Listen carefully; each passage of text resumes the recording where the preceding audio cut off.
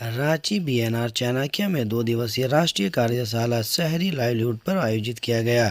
यह कार्यक्रम ministry of urban and housing development की तरफ से आयोजित किया गया। झारखंड राज्य के state livelihood mission United Nation development programme के संयुक्त प्रयास से यह 2 दिवसीय वर्कशॉप आयोजित किया गया। पूरे भारत के हर राज्य की टीम यहां आई और जो अब तक उन लोगों ने सीखा है राष्ट्रीय स्तर और अंतर्राष्ट्रीय स्तर पर उस पर आपस में चर्चा की गई। गरीबों को कैसे आगे बढ़ाना है, यह सशक्त भारत किस तरह से बनाया जा सकता है, इस पर चर्चा की गई। पहले भारत गांव में बसता था, लेकिन अब भारत की आबादी शहरों की तरफ जा रही है। भारत का शहरीकरण तेजी से हो रहा है। शहर ऐसा होना चाहिए जहां सभी के लिए स्थान हो, सबके लिए काम हो, सबके लिए सम्मान हो। इसी उद्देश्य को लेकर यह वर्कशॉप का आयोजन किया गया। यूएनडीपी के साथ पार्टनरशिप किया गया, जो इसमें हमारी तकनीकी सहयोग पर रही है। दूसरे से सीखने के लिए राष्ट्रीय और अंतर्राष्ट्रीय स्तर पर यह वर्कशॉप आयोजन किया गया है। लोग जमा हुए हैं जहां अलग अलग सत्र के अलग ये कार्यक्रम ministry of housing and urban affairs की तरफ से ऑर्गेनाइज किया गया है, जिसे हमारे स्टेट की झारखंड की स्टेट अर्बन लाइवलीहुड मिशन है, उनके को ऑर्गेनाइजेशन में यूनाइटेड नेशंस डेवलपमेंट प्रोग्राम जो यूनाइटेड नेशंस का है, उनके साथ कोलैबोरेट करके हमने 2 दिन का ये वर्कशॉप रखा है। जो पूरे भारतवर्ष से जो हमारे स्टेट्स की टीम्स हैं उनको बुलाया गया है, जो उनकी लर्निंग्स हैं, जो अंतर्राष्ट्रीय स्तर पे लर्निंग है गरीबों को आगे बढ़ाने के लिए, एक इंक्लूसिव एक सशक्त भारत बनाने के लिए। जो अब हमारी सिटीज हैं, जो पहले हम बोलते थे कि भारत गांव में बसता है, लेकिन अब भारत शहरों की तरफ जा रहा है, हमारा अर्बनाइजेशन बढ़ रहा है। तो हमारे सिटीज ऐसे होनी चाहिए जिसमें सबके लिए स्थान है, सबके लिए काम है, सबके लिए सम्मान है। तो इसी एक उद्देश्य को लेके हम इस वर्कशॉप को कर रहे हैं। और हमारा अर्बन लाइवलीहुड मिशन और जो पीएम स्वनिधि है, इस अर्बन पॉवर्टी को सपोर्ट करता है। इसके साथ हमने यूएनडीपी जो अंतर्राष्ट्रीय स्तर पे काम करने वाली संस्था है, उनके साथ हमने पार्टनरशिप की है और वो हमारा इसमें टेक्निकल सहयोग कर रहे हैं।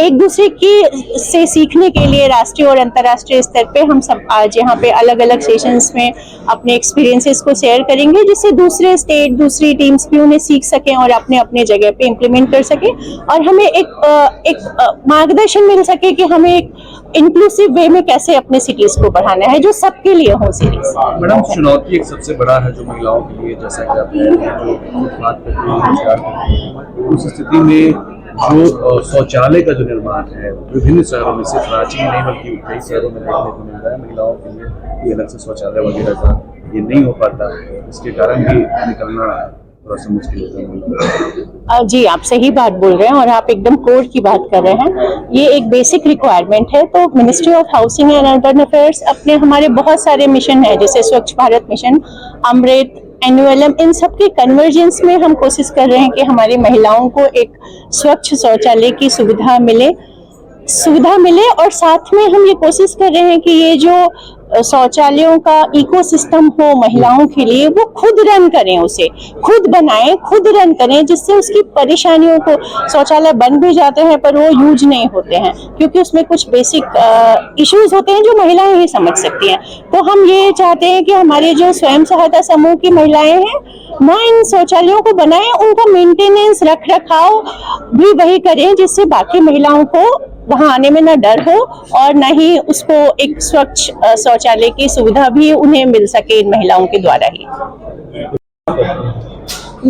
नमस्कार, मेरा नाम सोनी कुमारी है। मैं रौनक स्वयं सहायता समूह की अध्यक्ष हूँ और मुझे गर्व है अपने समूह पे, जिनके साथ मिलकर काम करने की वजह से और इतना अच्छा नाम होने की वजह से आज मुझे यहाँ इस स्टेज पे खड़ा होने का मौका मिला, अपना समय देने का मौका मिला। कितनी महिलाओं को जोड़े? हमारे समूह में 10 महिला है। आज अभी हम अपने 10 महिला को लेके ही काम करते हैं। कितना अर्निंग हो जाता है? हर महीना का 50 से 60 हज़ार रुपया हो जाता है। हर महिला पे? हर महिला पे नहीं होता है। हाँ, मेरा झारखंडी जोहार, मेरा नाम हेमानुतन खलको है। मैं यहाँ डिप्टी शांतिपुर से हूँ, जो कि हमारे रांची शहर में है। आज का जो प्रोग्राम था हम लोगों के लिए, इसके लिए हम लोगों को जिस तरीके से हम लोग काम करते हैं, छोटे छोटे ग्रुप हम लोग जो बना के काम करते हैं, और इस ग्रुप से जिस तरीके से हम लोगों को आगे बढ़ने का एक मौका मिला है DNLM के तहत या फिर नगर निगम के तहत, तो ये बहुत अच्छा कार्य है कि जब हम लोग अपने पे आत्मनिर्भर होकर हम लोग काम कर रहे हैं। और ये जो आज जो मुख्य कारण जो था, आज हम लोग को एक छोटे से नज़रों से हम लोगों को एक बड़ा रूप दिया गया है, तो इसके लिए हम लोग तहे दिल से हमारे सरकार को धन्यवाद बोलती हूँ मैं।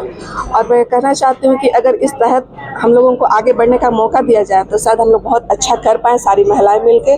और मैं इसके साथ थोड़ा सा संदेशा देना चाहती हूँ कि अपने अपने जगह पे हमारी महिलाएं अगर रहें तो आत्मनिर्भर जरूर बनेगी, और एक सच में एक नई उड़ान की ओर हम लोग भर रहे हैं।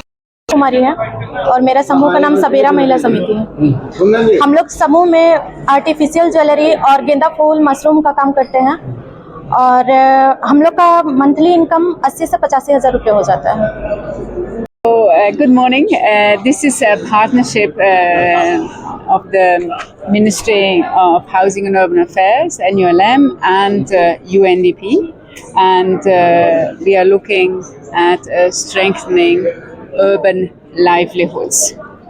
So in India, more people live in urban areas.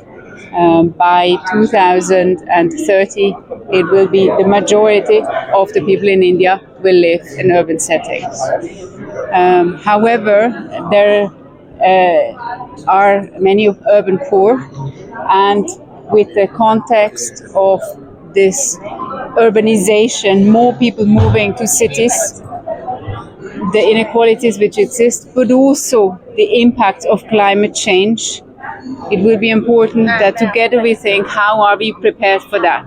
And how can we make sure that we help people in the cities to have sustainable livelihoods? So that's explained why we are working on this. Specifically, what is important, the women are, well, generally disproportionately affected by climate change, but also when they move, they are disproportionately, they're specifically vulnerable as well, because they are also working in unpaid care work.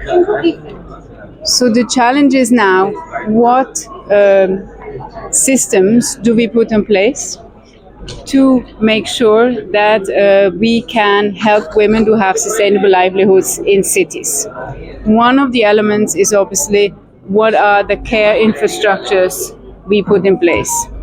Another element is obviously, for the urban poor, what kind of housing, resilient housing we can put in place. Often the climate change affects houses of the urban poor, so how can we improve the infrastructure for the general city's infrastructure, but specifically the housing, and make it resilient for the urban poor. The other is to build the capacity and to build the skills for entrepreneurship and for jobs and livelihoods, if I can say it in short, specifically for women, but also for other vulnerable population in the cities. For that, what we are doing during these 2 days is to discuss, well, what good examples we have already, but we're also looking at data together to see what data is available already, to find out, well, where are actually the urban poor and what are the dimensions of poverty. We do this with the Multidimensional Poverty Index, which we have already developed together with NITI-Aayog. So we look at what are the data for the cities. And based on this data, we can then together define the strategies.